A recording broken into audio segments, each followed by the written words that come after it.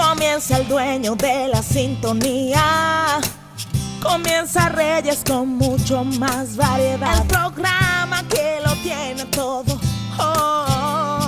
Reyes con mucho más variedad. Lo que hay que oír. Reyes con mucho más variedad. Lo que hay que oír. Reyes con mucho más variedad. Lo que hay que oír.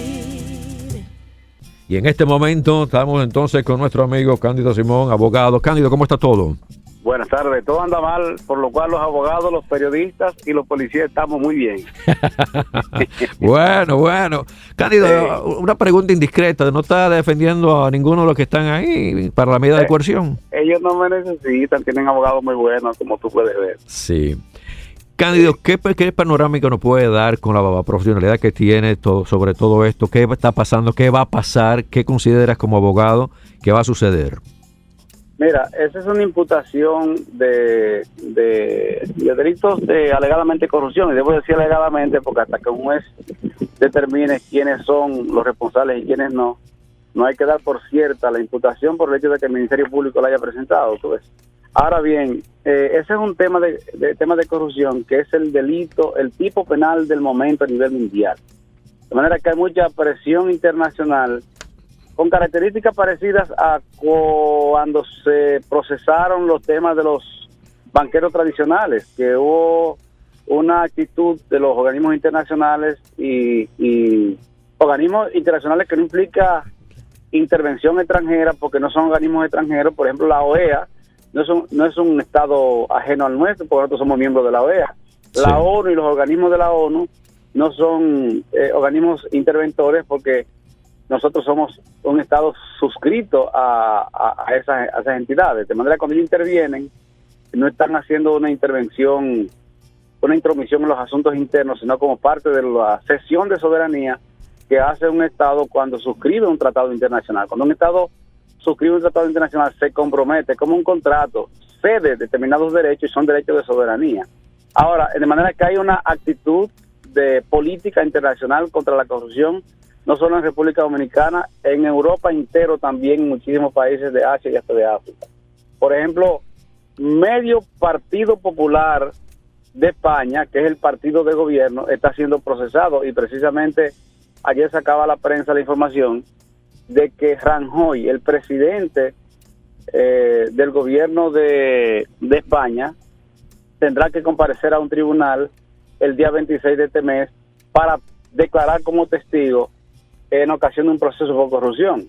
O sea, no es un tema solo de América Latina y de República Dominicana, sino de gran parte del mundo, porque es el tipo penal del momento. Hay quienes sostienen que el sistema capitalista se está removiendo para repotenciarse, porque estaba bastante agobiado, sobre todo los sistemas el régimen democrático estaba en crisis. Y ese es un tema. El otro componente es que en este proceso una lectura que hay que darle es que los líderes políticos tradicionales del mundo, y en particular de República Dominicana, tienen que cambiar de forma, tienen que cambiar de método.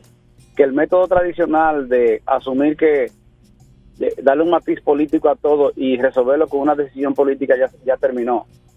Que tienen que manejarse con criterio y con transparencia, porque tú te fijas en ese proceso, insisto, independientemente de si resultan responsables penalmente o no, ahí están los grandes, es un escenario donde se está debatiendo el mal comportamiento de los principales líderes políticos del país y sus allegados, ¿tú ves? Sí. Ese es un componente. El otro componente es la lectura social que hay que darle.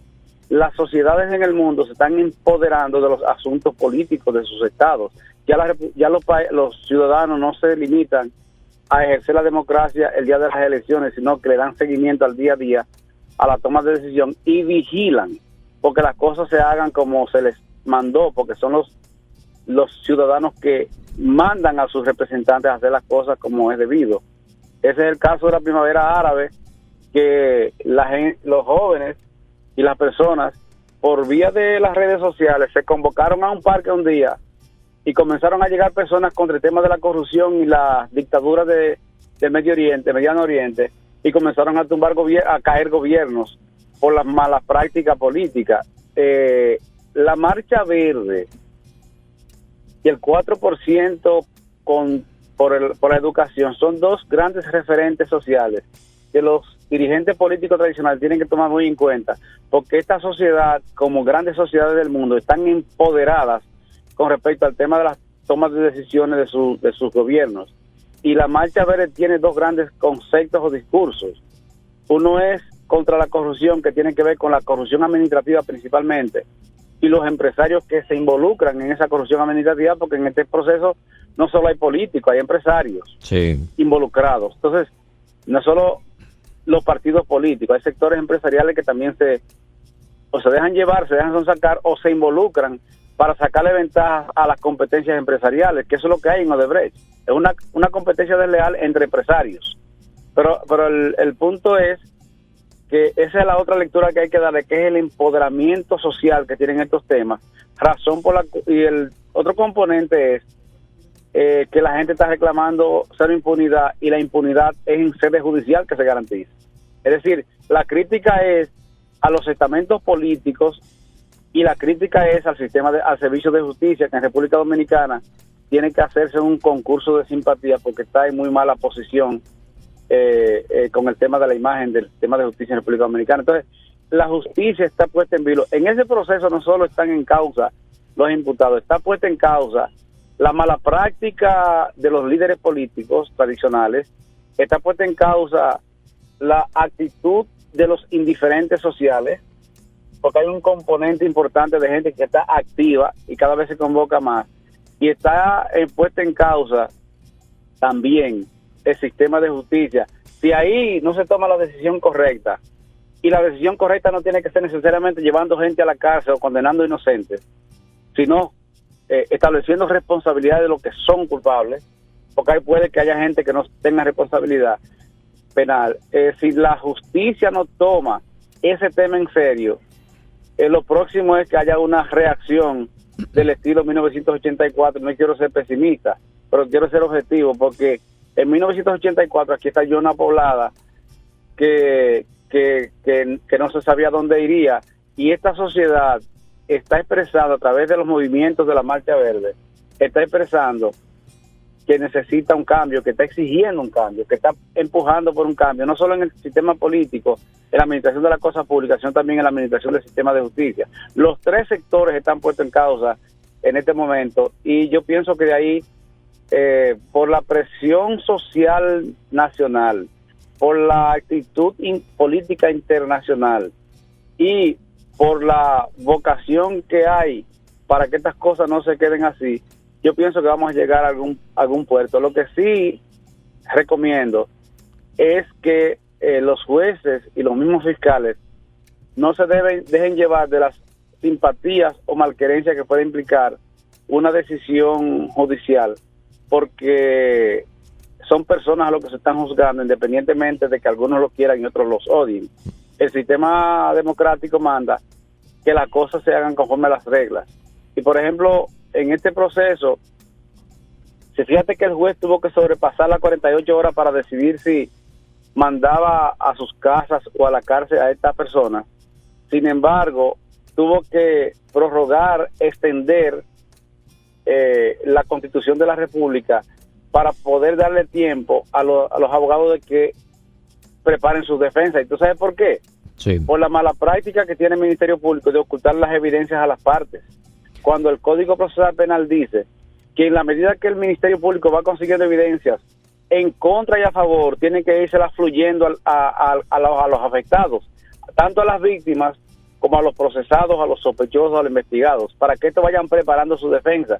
Pero en ese proceso, como es mala práctica a nivel nacional, porque no es solo este caso, se nota porque este caso es notorio.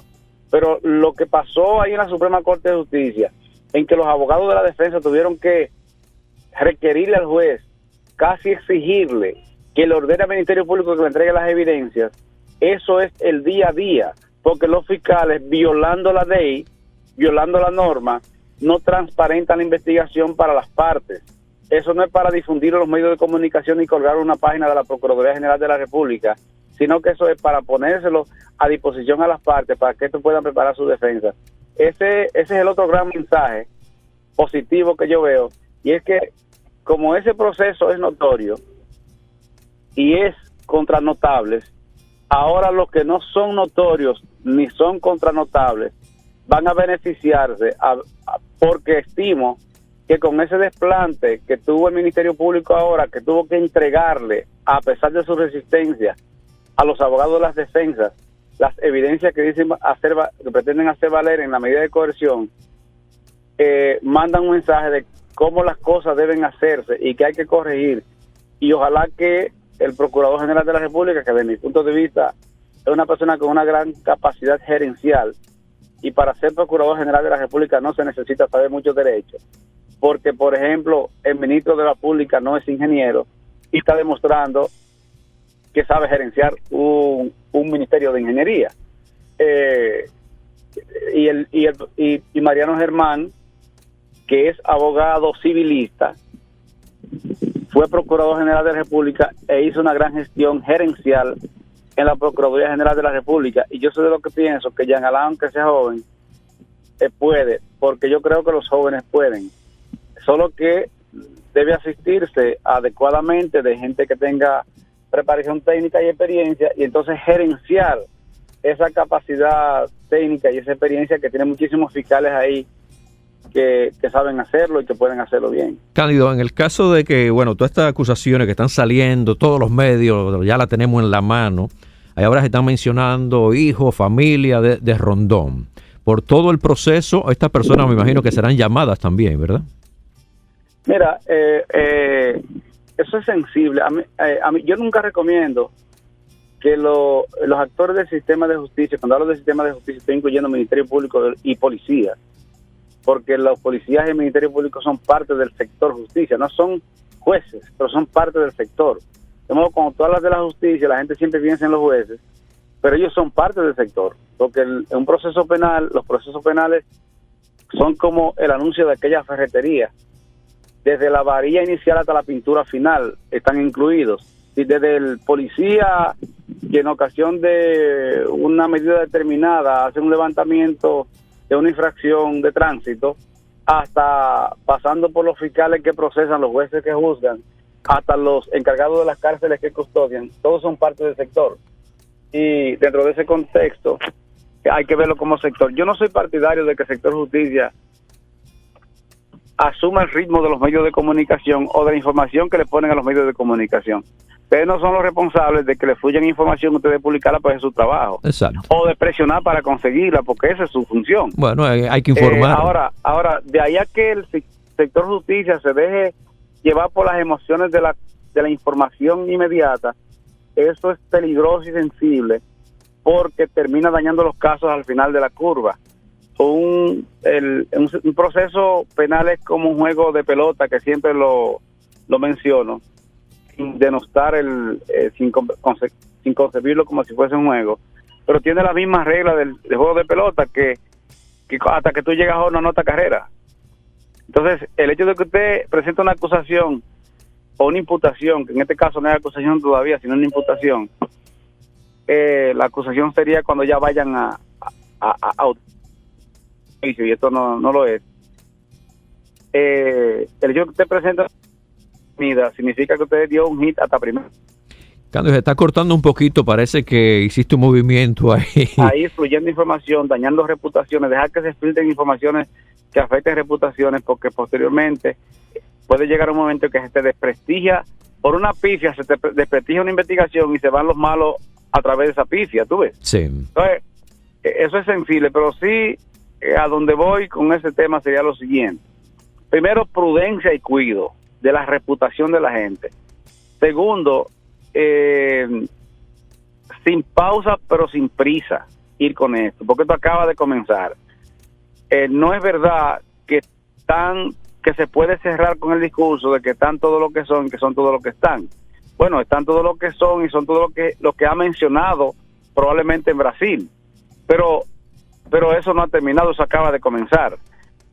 Y ni siquiera el inicio se ha marcado, porque se marcará a partir del momento que el juez de la instrucción determine aplicar una medida de coerción, porque si la niega, y eso podría pasar y nadie se sorprenda, no ha comenzado el tema todavía. Ahora bien, por lo menos en términos procesales, en términos de investigación, sí. Ahora bien, Mira, una investigación llega hasta donde las evidencias te lleven. Y esto es como las redes sociales, como la internet, que tú entras a un link buscando una información, ahí te encuentras con 18 temas, entra por otro tema y te metes a un link y de pronto tú podrías estar en un infinito. Entonces, una investigación tiene características semejantes, porque usted no sabe hasta dónde puede llegar. Porque imagínese usted que mañana, ejemplo, uno de los imputados diga, ok, ya hay evidencia contra mí, pero ven que voy a colaborar, vamos a un procedimiento penal abreviado, bájame la pena que te voy a colaborar, como hizo Marcelo Odebrecht. Marcelo Odebrecht nunca declaró en Brasil hasta que le bajaron con 19 años de prisión, y entonces él abrió para el recurso de apelación y dijo, vamos a negociar para yo ver si en apelación bueno, me acotejan el tema. Si eso sucede aquí. Y entonces autorizó o habrían autorizado que fluya información de donde ha surgido todo esto. Es decir, eso también puede pasar en ocasión de este proceso. Pero no me parece decente que se regodeen sobre la desgracia de esta gente, porque son gente que están en desgracia en este momento. Bueno, jefes que hayan sido, poder que hayan tenido, influencia que hayan logrado, pero en este momento son humanos, ¿tú ves? Qué bueno que menciona eso, En este momento Cándido. de flaqueza, de vulnerabilidad, son humanos. Y hay que considerar eso porque puede tocarle a cualquiera mañana, ¿tú ves? Y respetar sus familias si no están en este tema, porque cuando te mencionan en un asunto como este, pasa lo que acaba de suceder, que mi niña me dijo esta mañana, papi, el abuelo de mi compañerita de estudios lo están acusando en ese proceso. ¿Tú te imaginas?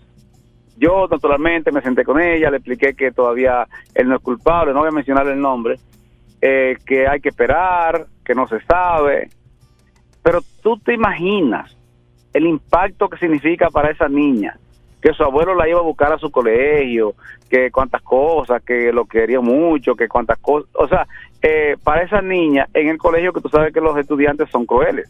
Sí, No, el bullying seguido. Se hace lo que ahora llaman bullying, que antes se llamaba burla. ¿Tú ves? Sí. Y el impacto que significa para esa familia eso. Y si resulta que este hombre no tenía responsabilidad realmente comprometida. Bueno, yo Por eso ayer, digo, Cándido, hay que ser de verdad prudente y cuidadoso con estar difundiendo y filtrando nombres, porque eso es sensible, muy sensible. yo ayer hice un programa con el psicólogo Mario Minaya de la psicología, enfocando todo esto, parte de lo que has expresado tú en este día, porque son humanos, hay familia, hay nietos que no tienen absolutamente nada que ver con esto, Claro. y hay que saber llevar esto y mucho más en los medios de comunicación. A veces escuchamos programas que están trancando, están soltando, como si fueran, bueno, Sí. jueces. No. Cosa. Entonces hay que tener bastante cuidado con esto. Bueno, Cándido, muchas gracias por este aporte a nuestros oyentes. El programa Mira, Reyes con mucho más voy variedad. a proponerme, me voy a permitir hacer una propuesta a los comunicadores. Sí. Y al Colegio de Periodistas, que por cierto voy a acompañarle en una excursión que tienen en el exterior, un tour que tienen en el exterior, cada quien pagando, yo voy a pagar mi pasaje y mi viaje. Sí. Yo estaba invitado, pero no puedo. Y dame hacer por aquí, por este medio que se oye mucho, dos propuestas. Una propuesta es que el colegio impulse periódicamente el diplomado en periodismo forense, porque cuando tú conoces las técnicas o se tiene la experiencia que tú tienes, por ejemplo, los periodistas aprenden esta modalidad. Fíjate que en el CNN, por ejemplo, ellos te ponen toda la información, pero no te ponen en la imagen una persona dándole estocadas con un cuchillo a otro. No. Te narran la información de tal manera que tú te lo imaginas todo, pero se cuidan de no colocar imágenes de una gente sangrante, desangrándose. E incluso en Francia está ponderándose ahora mismo, a propósito, la posibilidad de una especie de autocensura de los grandes medios de comunicación, porque se dieron cuenta que los terroristas le importa poco matar o morir, que lo que le importa a ellos es que se proyecte la imagen matando y muriendo, para infundir terror. Es decir, estarían usando los medios de comunicación tradicionales como un arma para impulsar sus ideas, ¿tú ves? Sí. Entonces se dieron cuenta que estaban siendo utilizados, y en Francia en este momento se está debatiendo la posibilidad de modular, óyeme bien, de modular una especie como de autocensura para sacar la información, pero no las imágenes, por ejemplo, ¿no? O no con la crudeza que pasaron unas personas vestidas de negro con pasamontañas cortándole el cuello a un cura. O sea, eso es terrible. No, entonces, es terrible, es terrible. El periodismo forense enseña esas cosas, enseña a utilizar el lenguaje adecuado y comunicar la información con un criterio técnico. Por ejemplo, hay periodistas economistas, y tú no tienes que hacer una maestría en eso.